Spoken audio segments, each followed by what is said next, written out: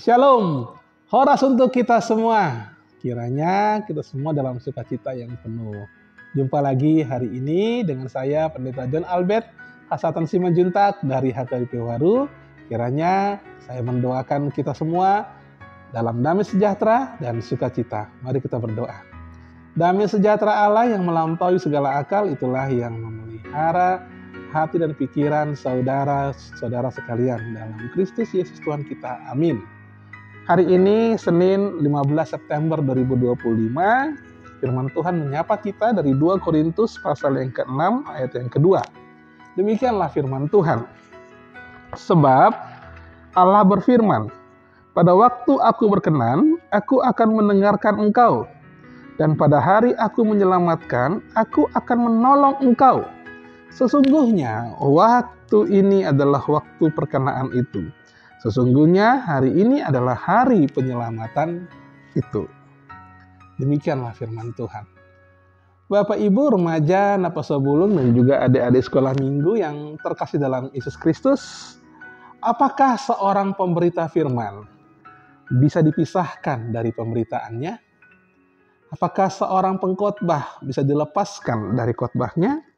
Seringkali banyak orang mengatakan, jangan lihat perilaku kami, jangan lihat tingkah laku kami, tetapi dengarlah firman yang kami sampaikan.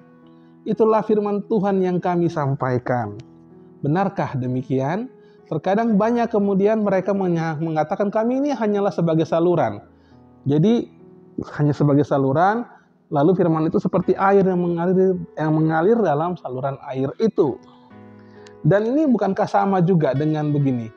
Kalau kita ke terminal, lalu ada calo-calo di terminal, menawarkan bis yang mantap, ini bis yang bagus, tapi kemudian ketika kita naik ke bis itu, dia tidak ikut naik ke sana.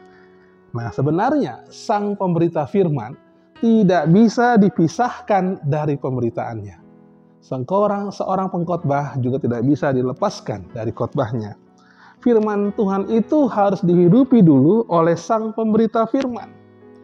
Jadi, seorang mantan pengurus HKBP pernah berkata bahwa khotbahmu adalah dirimu dan dirimu adalah khotbahmu. Sehingga pelayanan pemberitaan firman itu sesungguhnya itu harus menjadi sebuah tanggung jawab bagi seorang pengkhotbah atau seorang pemberita firman. Nah, seorang pemberita firman itu adalah anugerah Allah. Itu adalah anugerah Allah yang tidak boleh disia-siakan. Dalam 2 Korintus 6 ayat 1 dikatakan demikian. Sebagai teman-teman sekerja, kami menasihatkan kamu supaya kamu jangan membuat menjadi sia-sia kasih karunia Allah yang telah kamu terima. Jadi, sebagai teman-teman sekerja, para pelayan yang ada di kota Korintus, Rasul Paulus dan beberapa rasul yang lain juga menasihatkan mereka agar mereka jangan membuat kasih setia yang telah diberikan Tuhan sebagai pemberita firman itu menjadi sia-sia.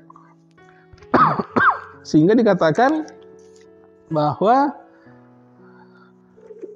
dalam ayat yang ketiga dikatakan bahwa dalam hal ini apapun kami tidak memberi sebab orang tersandung supaya pelayanan kami jangan sampai dicela. Artinya mereka mau menyatakan jangan sampai pelayanan pemberitaan firman itu menjadi sia-sia karena tingkah laku kita yang gak sesuai dengan berita firman itu. Jangan kemudian menjadi batu sandungan bagi jemaat. Jangan menjadi batu sambungan bagi orang lain. Misalnya ada yang berkhotbah jangan mencuri, tapi dia juga mencuri. Jangan berbohong, tapi dia berbohong. Nah ini, jangan sampai menjadi sia-sia. Sebab apa? Sebab Allah berfirman, masuk kita di ayat 2. Pada waktu aku berkenan, aku akan mendengarkan engkau. Dan pada hari aku menyelamatkan, aku akan menolong engkau. Rasul Paulus mengutip dari Yesaya, pasal 9 ayat 8, yang mengungkapkan soal Sion yang dipulihkan. Mereka nggak tahu kapan Sion akan dipulihkan, tapi yang pasti adalah bahwa Sion akan dipulihkan Pada waktu aku berkenan, aku akan mendengarkan engkau. Dan pada hari aku menyelamatkan, aku akan menolong engkau. Artinya, pada waktu itu Sion diminta untuk berserah kepada Tuhan.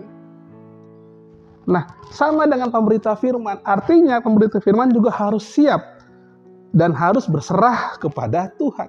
Kalau dikatakan berserah kepada Tuhan, berarti harus siap diproses oleh Tuhan. Ketika berserah, maka harus siap diproses dan sanggup untuk diproses. Nah, oleh karena itulah, kalau dikatakan proses Tuhan, maka demikian juga dengan kita. Ketika kita minta sesuatu kepada Tuhan, ketika kita belajar untuk berserah, kita harus siap diproses oleh Tuhan. Kita harus sanggup untuk diproses oleh Tuhan. Ada waktunya Tuhan akan menolong kita. Ada waktunya Tuhan akan mendengarkan kita. Itulah dalam Ratapan 3 ayat 26 dikatakan, adalah baik menanti dengan diam pertolongan Tuhan. Tuhan tahu apa yang terbaik bagi kita, karena Dia mengenal sebagaimana adanya kita. Dan Tuhan tahu kapan waktunya Tuhan tepat menolong kita, karena Dia mau membentuk kita menjadi pribadi yang tangguh dan yang berkenan kepadanya. Ada seorang mantri kesehatan, dulu ketika itu saya melayani di sebuah daerah di Sumatera Utara. Memang daerah itu mayoritas bukan agama kita. Tetapi dia juga adalah seorang sintua. Sebagai seorang mantri, dia juga adalah seorang sintua. Dan pada saat itu dia ditolak oleh masyarakat. Gereja pun tidak bisa berdiri. Ketika dia menolong orang untuk mengobati orang, dia tidak bisa diizinkan, bahkan ditolak. Selama 2 tahun, dia tetap bersandar pada imannya. Dia tetap bertani walaupun dia tidak bisa mengobati, dan segala hal dia kerjakan di sana. Dan ketika dia terus berdoa setiap malam, kapan Tuhan akan menolongnya, tiba-tiba kemudian buah imannya itu terjawab. Apa itu? 2 tahun kemudian adalah kecelakaan berapa meter, 100 meter dari rumahnya di kanan. Dan dia menolong di sana. Dan itu adalah anak seorang pemuka agama yang kecelakaan itu. Dan orang pada kaget karena dia mau menolong dengan ikhlas, dengan tulus. Dan orang-orang akhirnya bisa menerima keberadaan dia. Dan sampai hari ini gereja di sana pun sudah berdiri.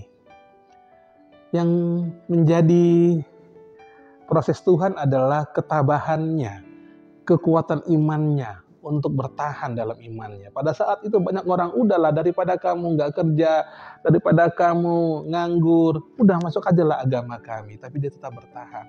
Dan sampai hari ini dia tetap dalam imannya. Dan itu menjadi role model, menjadi contoh bagi warga jemaat yang ada di sekitar sana. Karena itu semuanya akan indah pada waktunya. Berserahlah pada Tuhan. Karena dia dengan tepat waktu akan menolong kita pada waktunya.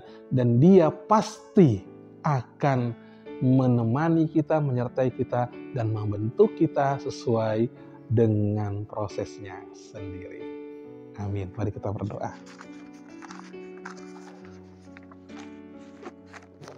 Bapa dalam surga, Allah yang kami sembah dalam nama Tuhan Yesus Kristus, terima kasih ya Tuhan untuk firman-Mu hari ini. Tuhan, kami menyerahkan diri kami pada tangan pengasihan-Mu ya Tuhan. Kami menyadari Engkau adalah Allah yang Maha Tahu. Engkau adalah Allah yang Maha Kasih. Biarlah Tuhan Yesus, kami memasrahkan diri kami hanya ke dalam tangan-Mu ya Tuhan. Biarlah Engkau yang membentuk kami seturut dengan kehendak-Mu dalam proses-Mu ya Tuhan.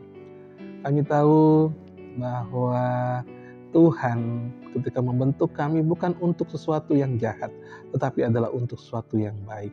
Terima kasih ya Bapa. Biarlah Tuhan Yesus, dalam apapun yang kami lakukan, kami tidak mempermalukan iman kami. Sehingga kalaupun kami rajin ke gereja, kami rajin pertanian, kami rajin berdoa, itu juga terpancar dalam hidup kami. Dalam menolong orang, mengasihi sesama, dan tidak melakukan yang jahat di hadapan-Mu ya Tuhan. Inilah kami semua. Berkati anak-anak kami, juga berkati orang tua kami, juga berkati cucu-cucu kami ya Tuhan. Terpujilah Engkau, ampuni segala dosa-dosa kami. Dan biarlah Tuhan kami hidup karena percaya, bukan karena melihat. Dan kami percaya bahwa Engkau tidak pernah meninggalkan kami. Terima kasih Tuhan Yesus, inilah doa kami dalam nama Tuhan Yesus kami berdoa dan mengucap syukur. Amin. Kasih karunia dari Allah Bapa dan anugerah dari Tuhan kita Yesus Kristus dan persekutuan Roh Kudus itulah yang memberkati saudara-saudara sekalian. Amin. Shalom, Tuhan Yesus memberkati.